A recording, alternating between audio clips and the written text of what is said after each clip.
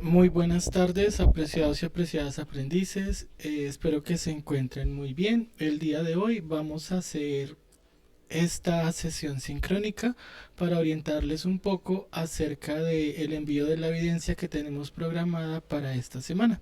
Entonces voy a proceder a compartir. Jenny, buenas tardes. Buenas tardes, instructor. Bueno, bienvenida. Vamos entonces a comenzar con la sesión del día de hoy, donde vamos a hablar acerca del modelo de dominio. Esta sería la siguiente evidencia que ustedes nos van a compartir para acompañar el informe que deben entregar durante la fase del proyecto formativo. Entonces, ¿cuál es el material de apoyo con el que nos vamos a orientar para esta semana? Dentro de Canvas vamos a ingresar a los módulos y nos vamos a dirigir a la actividad número 3. Aquí en la actividad número 3 tenemos un material de apoyo que nos brinda el SENA. Este material consiste en una diapositiva de 19 slides donde nos vamos a poner en contexto con lo que es la estructura de contenido, el análisis del dominio, modelo de dominio, construcción del modelo conceptual, identificar clases conceptuales, dibujarlas, identificarlas, etcétera. Entonces, en este material lo que hacemos es un recorderis de que el modelo de dominio pertenece al lenguaje UML. En este modelo de dominio entonces tenemos que representa la realidad de un sistema de información de manera conceptual. Está compuesto por clases conceptuales o candidatas como atributos y está compuesto de una serie de relaciones. Tenemos especialización, generalización, composición, agregación y asociación. Tenemos aquí entonces por qué es importante el análisis del dominio. Previo al diseño del sistema de información es completamente necesario que tanto el analista como el desarrollador comprendan el área de trabajo del mismo en búsqueda de realizar un desarrollo acorde con las necesidades específicas del cliente y el negocio del mismo. Entonces aquí nos empiezan a dar como por qué es importante, qué es el modelo de dominio. Es un artefacto que utilizan los analistas y aquí ya entramos en materia de cómo se construye el modelo conceptual. Entonces tenemos el paso uno que sería identificar las clases conceptuales. Si nosotros nos remitimos a algunos ejemplos de los informes de proyecto formativo, podemos observar que el modelo de dominio está construido, ¿cierto?, en cuadrados y cada cuadro representa una parte del negocio. Digamos que esa sería la diferencia entre el diagrama de clases y el modelo de dominio. Mientras que el diagrama de clases nosotros definimos objetos con métodos que son acciones o atributos que son características. En este modelo de dominio nosotros estamos definiendo la estructura del negocio de nuestro proyecto. Por ejemplo, observemos acá en este ejemplo que está en el módulo de la actividad 3, evidencia del taller de acercamiento al modelo de dominio. Acá les pongo como ejemplo el negocio que sería el Hotel Pacific Standard. Entonces, tú te puedes apoyar mucho en la construcción del modelo de dominio porque está muy relacionado a la estructura de las bases de datos relacionales que hacemos en SQL, ¿cierto? Es como si cada cuadrito a su vez estuviera representando una tabla de tu base de datos. Por ejemplo, observemos que el Hotel Pacific Travel tiene diferentes tablas como datos básicos del hotel, datos básicos de las sucursales, funcionarios, y qué hace el negocio, ¿cierto? Que eso es como el plus del modelo de dominio. Entonces aquí dice que registra reservaciones eh, de las sucursales, ¿cierto? Cada sucursal tiene habitaciones, tenemos los clientes, las habitaciones, el check-in, registrar calificación, si queremos ponerle 5 estrellas, hacer un checkout, tipo de pago y los funcionarios que intervienen con el hotel, pero que en síntesis sería como quienes intervienen en esa base de datos. Entonces yo podría deducir que el modelo de dominio es un espejo de cierta manera de la base de datos, ¿cierto? Aquí tenemos los tipos de asociaciones, podemos ver que solo están haciendo relación directa. Aquí el analista está asumiendo que hay una relación directa de todo entre sí. Recordemos que al ser el analista quien de forma subjetiva tenga esta opinión, pues aquí fue lo que se propone. Pero seguramente que si nosotros nos remitimos con más detalle a los tipos de asociaciones, muy seguramente podremos encontrar un contraste y deducir, creo que esta asociación no sería conveniente acá. Observemos entonces el paso que sería dibujar las clases utilizando el estándar UML. Este diagramita lo podemos hacer con estándar UML o con otro que encuentren en la red. El dibujo de las clases conceptuales se hace mediante el gráfico determinado en el estándar, un rectángulo dividido en 3 partes, en el cual la primera división lleva el tipo de clase no usado en este modelo y el nombre de la misma. En la segunda división se especifican los atributos con su nivel de privacidad y en algunas ocasiones su tipo de dato, aunque no es muy común. Miremos si aquí este tiene tipo de dato. Sí, mira, por ejemplo aquí tiene que la llave principal, PK, y el tipo de dato, booleano, entero, aquí tenemos flotante. Entonces aquí nos dan la indicación que en algunas ocasiones sí se puede especificar el tipo de dato. Y en la tercera y última división se especifican las funciones o métodos de la clase. Vamos a ver si aquí se especifican los métodos. No, en este caso miren que no estamos, el analista o el aprendiz, ¿cierto? No definió una tercera para los métodos, solo llegó hasta el nombre de la clase y la partecita de la mitad. Los tipos de datos. Ajá. Bueno, entonces dice, los niveles de privacidad están definidos de la siguiente manera. Tenemos privado, público y protegido. Entonces miren que privado es un menos, público es más y hashtag es protegido. En este ejemplo, todo tiene más, es lo que yo estoy viendo. Miren al inicio. Entonces aquí nos está diciendo que eso sería un tipo de dato público. Parecería también que tú podrías decir, no considero que cierto tipo de dato esté público, sino que debería más bien ser privado. Observemos en este informe, también veo que le dejaron todo público. Bueno, tenemos el nombre de la clase, los atributos y los tipos de datos que sí cumple con estas generalidades. Dice que una de las partes más complejas de realizar el modelo radica en la identificación de las relaciones entre las clases, que son estas flechitas. ¿Cómo relacionamos cada clase con otra clase? Esa sería como la partecita más compleja del modelo de dominio. Pues esto dependerá de la observación de los analistas que están realizando el modelo.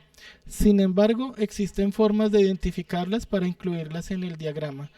Cuando se realiza la identificación de las relaciones y su representación, se habla de aquellas que indican especialización o generalización, herencia, asociación y composición. Una forma acertada para identificar las relaciones entre las clases es conocer su comportamiento entre ellas sin llegar a definir el mismo, es decir, observar y entender cómo se puede componer, completar o clasificar mediante la familiarización de las mismas. Bueno, entonces aquí tenemos que nos empiezan a explicar los tipos de asociaciones, ¿cierto? Esta relación se puede obtener cuando se identifica que el todo, las clases analizadas tienen partes usadas en otras clases ya existentes y son fáciles representables en un objeto. Bueno, aquí tenemos entonces estas flechitas que serían los tipos de asociación. Cuando he identificado una relación de agregación, es posible, si se profundiza más aún en el análisis, observar que una clase no puede existir sin la otra, por lo que en este caso se genera una relación de composición en la que la existencia de una clase genera automáticamente la inexistencia de todas las que tengan que ver con esa. Y aquí nos presentan, entonces nosotros vamos mirando y vamos analizando qué tipo de flecha es y qué representa. Una de las relaciones comunes para encontrar es la relación de especialización o generalización, que se representa de esta manera. mira que es igualita, no, no es igualita esta. Listo. Esta permite generar una jerarquía de clases, lo cual se conoce como herencia. Esta sucede cuando una clase está compuesta por múltiples atributos y funcionamientos de otra, es decir, cuando una clase B está compuesta por los atributos y comportamientos de una clase A y que puede añadir más atributos propios a esta. Entonces, por ejemplo, el ejemplo más claro se encuentra en las siguientes tres clases. Tenemos persona, aprendiz e instructor, ¿cierto? Lo curioso es que tanto aprendiz como instructor son personas. Entonces nos indica que cuando esto ocurre, la relación se llama especialización o generalización. Es como si definiéramos, ¿cierto?, una clase animales. Tanto perro como gato son animales, entonces también habría una especialización o generalización. En el diagrama se observa las clases instructor y aprendiz con una relación de generalización apuntando a la clase persona. Eso indica que las clases hijas, aprendiz e instructor, heredan todas las propiedades de la superclase persona y adicionalmente cada una por separado tiene atributos diferentes entre ellas. Este ejemplo se me hace más claro, el anterior se me hizo un poquito más confuso. Bueno, aquí tenemos también otro ejemplo y en la guía nos van diciendo cómo estas asociaciones las podemos hacer. Generalmente cuando yo hago análisis de este tipo, yo aplico mucho las relaciones directas, pero muy seguramente que si nos vamos al detalle, eh, puede que otro analista no la considere directa o en su esencia puede que también esté mal, ¿no? Pero entonces recuerda que es el analista el que da su punto de vista de esas asociaciones de acuerdo a sus proyectos. Entonces aquí tenemos que personas pueden ser vendedores, clientes y a su vez empleados del inventario. Nos van dando más ejemplos y eso es lo que vamos a hacer, muchachos. Entonces sería que lean este material, se apoyen en los ejemplos. Recordemos que tenemos los proyectos formativos de los compañeritos de ADSO presencial, entonces ustedes también van a abrirlos y van a mirar sus informes, a ver ellos cómo hicieron los modelos de dominio que ustedes deben hacer.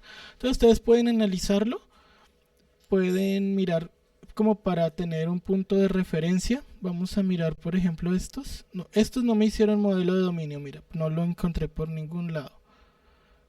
El de Coffee Harvest Help no tiene modelo de dominio. Vamos a ver de pronto el de Mercaconsciente, vamos a mirar si ellos tienen modelo de dominio.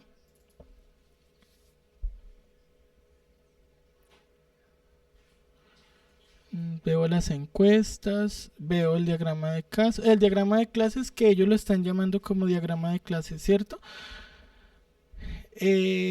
Pero son diferentes el de clases al de dominio, porque el de dominio, que es el que se les está pidiendo a ustedes, es el de que se centra en el negocio, ¿sí? Entonces aquí tenemos este que tiene las clases, el diagrama de dominio tiene usuario, sector, municipio, pedido de factura, productos, marca, contenido pedagógico, categoría de contenido pedagógico, presentación, categoría y fotos. Entonces cumple, miren que este ya cumple con todo, ¿cierto? Tiene en la primer partecita el nombre de la tabla, en la segunda tiene los tipos de datos y el nombre y el tipo de dato, y en la tercera ya vendrían las acciones, ¿cierto? Las acciones que desempeñaría ese usuario. Aquí él utilizó, o este grupo utilizó diferentes tipos de relaciones. Estaría la relación, esta está la de generalización, asociación, veo yo, ¿cierto? Tiene relaciones directas y tiene estas otras relaciones que es cuando, espera, yo te digo acá qué tipo de relaciones. Instructor, o sea que ese grupo lo que hizo fue reunir el diagrama de clases y el de dominio en uno solo. ¿Es lo que estoy entendiendo? Yo tengo entendido, Jenny, que el de clases y el de dominio son diferentes. El de dominio cumpliría con esto porque mira que están llenando los tres espacios, ¿cierto? Nombre,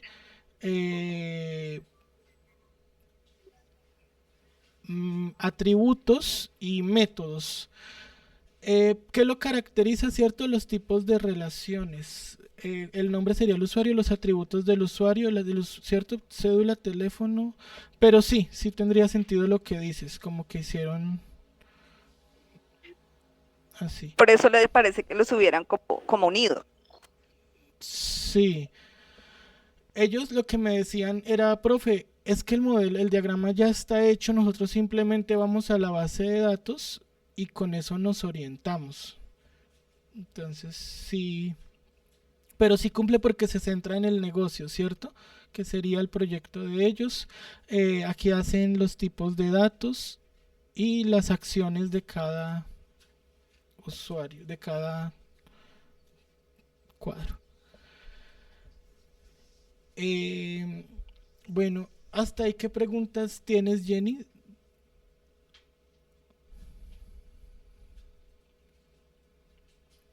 Permítame un segundito, instructor, que es que la estoy conectada del celular y me están llamando. Permítame un segundito, ya le digo. Vale.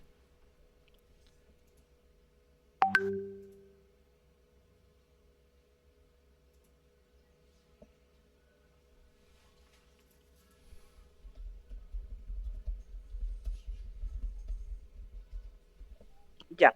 No, de pronto la única pregunta sería que si yo puedo realizar ese diagrama en Canva. Es que, por ejemplo, con el que hicimos, el de los casos de uso, el diagrama de casos de uso, se me hizo más fácil hacerlo en Canva.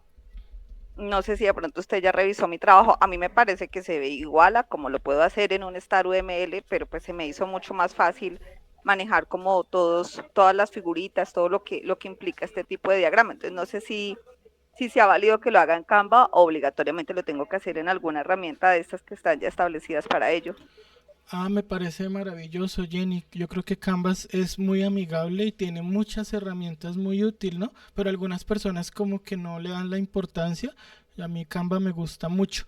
Ah, mira que a mí personalmente UML a veces no me gusta por estas marquitas que deja. Y yo creo que si en Canva lo vas a hacer y te lo permite, por mí está perfecto. Inclusive en hojas, en lo que tú lo quieras hacer, no te preocupes. Vale. No, sí es más chévere, me parece Sí, que Canva es más chévere total. porque puede uno jugar más como con las figuras y todo, en cambio las otras herramientas son como más rígidas. Si uno quiere hacer ciertos cambios, no lo puede hacer, es muy rígida las otras herramientas. ¿Qué conclusión te deja el modelo de dominio, Jenny, a tu percepción como futura analista? Digamos, ¿para qué lo considerarías importante o cuál es tu perspectiva de él?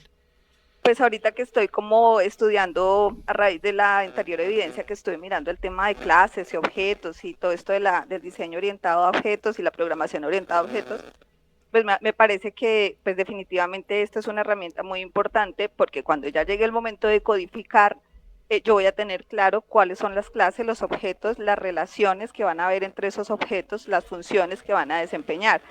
Entonces, claro, esto es como el plano de la casa, por decirlo de alguna manera, así lo veo yo. Entonces, si tengo claro el plano, cuando vaya a codificar, pues va a ser mucho más fácil la codificación. Y tú me llevas a recordar algo, Jenny, y es que primero debemos hacer esto y luego codificar, pero los chicos primero lo hacían en SQL, lo sacaban de ahí, ahí sí lo traían acá, ¿no?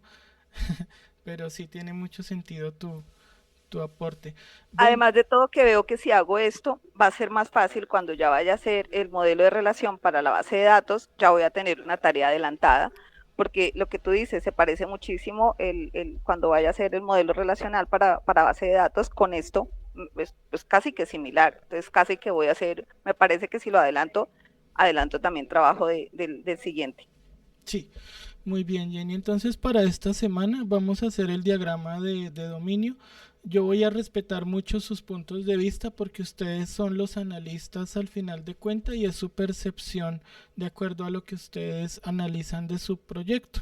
Yo lo que voy a hacer es observarlo y de pronto darles alguna retroalimentación de ser necesario o simplemente revisarlo a nivel general. Esto lo que vamos a hacer entonces, Jenny y compañeros, es que a través de la fase uno de análisis, la guía de aprendizaje 2, vamos a enviar a través del espacio diagramas y documentación de actividades del proyecto. Por ahí me van a adjuntar el diagrama de dominio. Pueden adjuntarlo al informe que ya tienen el diagrama de caso de uso, simplemente le anexan el diagrama de dominio y suben por ahí para que el informe se vaya alimentando. Eso sería entonces para esta semana. Jenny, muchas gracias por habernos acompañado. Que tengas un feliz día. Vale, instructor, muchísimas gracias.